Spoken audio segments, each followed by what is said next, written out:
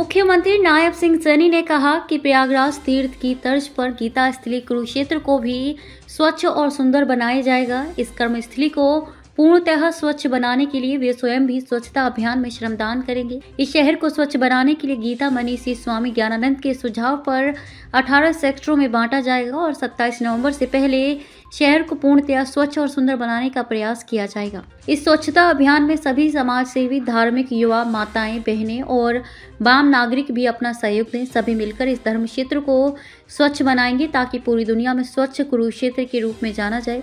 मुख्यमंत्री नायब सिंह सैनी शुक्रवार को देर शाम गीता ज्ञान संस्थानम के सभागार में कुरुक्षेत्र विकास बोर्ड के तत्वाधान में समाज सेवी संस्थाओं को लेकर आयोजित एक कार्यक्रम में बोल रहे थे। इससे पहले मुख्यमंत्री नायब सिंह सैनी ने गीता मनीषी स्वामी ज्ञानानंद महामंडलेश्वर, डॉक्टर शाश्वानंद महाराज, स्वामी बंसीपुरी महाराज, परमहंस ज्ञानेश्वर महाराज, स्वामी हरिओम परिवाजक, स्वामी सतपाल महाराज को शॉल भेंट कर सम्मानित किया।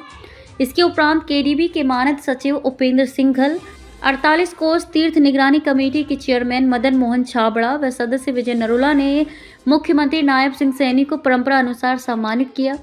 इस पावन धरा पर ही 5161 वर्ष पूर्व भगवान श्री कृष्ण ने अर्जुन के माध्यम से पूरी दुनिया को गीता के उपदेश दिए। इन्हीं उपदेशों को जन जन तक पहुंचाने के लिए प्रधानमंत्री नरेंद्र मोदी ने लाल किला पर गीता महोत्सव का आयोजन किया और घर घर तक पवित्र ग्रंथ गीता के उपदेशों को पहुंचाने का आह्वान भी किया। इसके उपरांत पूर्व मुख्यमंत्री एवं केंद्रीय मंत्री मनोहर लाल के प्रयासों से वर्ष 2016 में इस गीता जयंती को अंतर्राष्ट्रीय महोत्सव का स्वरूप दिया गया।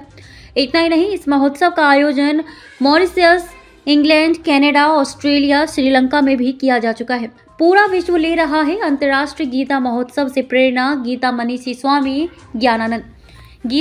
स्वामी ज्ञानानंद महाराज ने कहा कि अंतर्राष्ट्रीय गीता महोत्सव के दौरान वैश्विक गीता पाठ जैसे कार्यक्रमों से पूरे विश्व को प्रेरणा मिल रही है। इस महोत्सव ने पूरे विश्व में अपनी एक पहचान बना ली है। इस महोत्सव को 5 देशों में पूरी गरिमा के साथ मनाया जा चुका है और अब संतों और समाजसेवी संस्थाओं के सहयोग से इस महोत्सव को और भव्य तरीके से मनाया जाना है। इसलिए मुख्यमंत्री नायब सिंह सैनी स्वयं समाजसेवी और धार्मिक संस्थाओं से मिलने के लिए पहुंचे हैं। इसलिए सभी संस्थाओं को इस महोत्सव को और आगे बढ़ाने के लिए अपना योगदान देना चाहिए।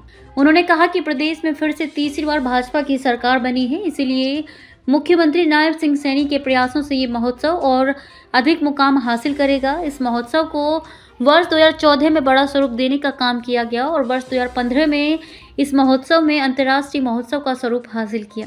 हालांकि वर्ष 1989 से इस महोत्सव का आयोजन किया जा रहा है। इस महोत्सव में तमाम समाजसेवी संस्थाओं और आम नागरिकों के सहयोग की निहायत जरूरत होगी।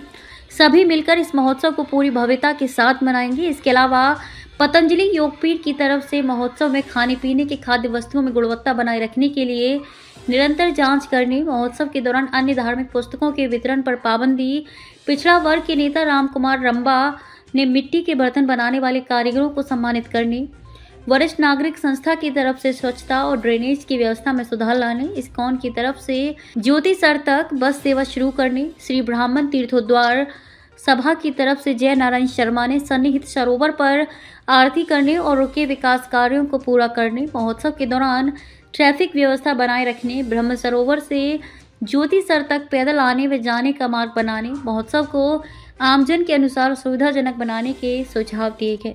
स्टेट के रूप में होगा और तंजानिया कंट्री के रूप में होगा। सीएम साहब, ऐसा पता चला है कि कुछ देशों से हैंडीक्राफ्ट पर्सन आ रहे हैं, तो ऐसे भी कुछ देशों से पूरी दुनिया से, जहां भगवान श्री कृष्ण ने गीता का ज्ञान दिया है, जहां पर अपने मुखारबिंद से इस पवित्र जो गीता है उसको हमें दिया है और इसके बल के ऊपर व्यक्ति इसको धारण करके कितनी भी विकास की ऊंचाइयों के ऊपर जा सकता है। तो हमारे लिए बड़े गर्व की बात है कि कुरुक्षेत्र में अंतर्राष्ट्रीय गीता जयंती महोत्सव वो भव्य रूप के अंदर मना रहे हैं, क्योंकि हमारे कुरुक्षेत्र के ही लोग हैं जो इसके अंदर आगे बढ़ करके आगे आकर के इसको भव्य तरीके से मनाने का काम करें। देखिए, क्योंकि कांग्रेस झूठ बोलती है, उसका पर्दाफाश हो गया है और अब कांग्रेस के ऊपर आने वाले समय के अंदर कोई विश्वास करने वाला नहीं है, क्योंकि कांग्रेस अब इधर उधर की बातें करती है, ये हुआ है, वो हुआ है, हुआ कुछ नहीं है, क्योंकि लोग उनके कार्यकलापों को देख रहे हैं। जब उनके कार्यकलाप ऐसे हैं कि वो लोगों के विरुद्ध हैं, तो कांग्रेस पार्टी हताश में है। कांग्रेस पार्टी पूरी बैकफुट पर है, निराश है, और क्योंकि उसकी गलत नीतियों के कारण उसके ऊपर कोई घास नहीं डाल सर, कुछ 28 तारीख को इसका शुभारंभ वो होगा। और आज इस कुरुक्षेत्र की व्यवस्था को लेकर के, अंतर्राष्ट्रीय गीता जयंती महोत्सव की व्यवस्था को लेकर के आज हमारे कुरुक्षेत्र की सभी धार्मिक, सामाजिक, व्यापारिक और हमारे प्रबुद्ध जन, हमारे जो सीनियर सिटीजन्स, हमारे और NGOs के सभी अधिकारी और सभी हमारे धार्मिक मठों के यहाँ पर ऋषिगण, वो सभी यहाँ पर मौजूद थे और बैठ कर के एक बड़ी प्लानिंग यहाँ पर बनाई है। सुझाव भी आए हैं, सुझाव के साथ साथ उनको इम्प्लीमेंट करते हुए यहाँ पर अंतर्राष्ट्रीय गीता जयंती महोत्सव वो भव्य तरीके से मने, उसके लिए सारा हमारा कुरुक्षेत्र के लोग इसमें अपना योगदान देंगे।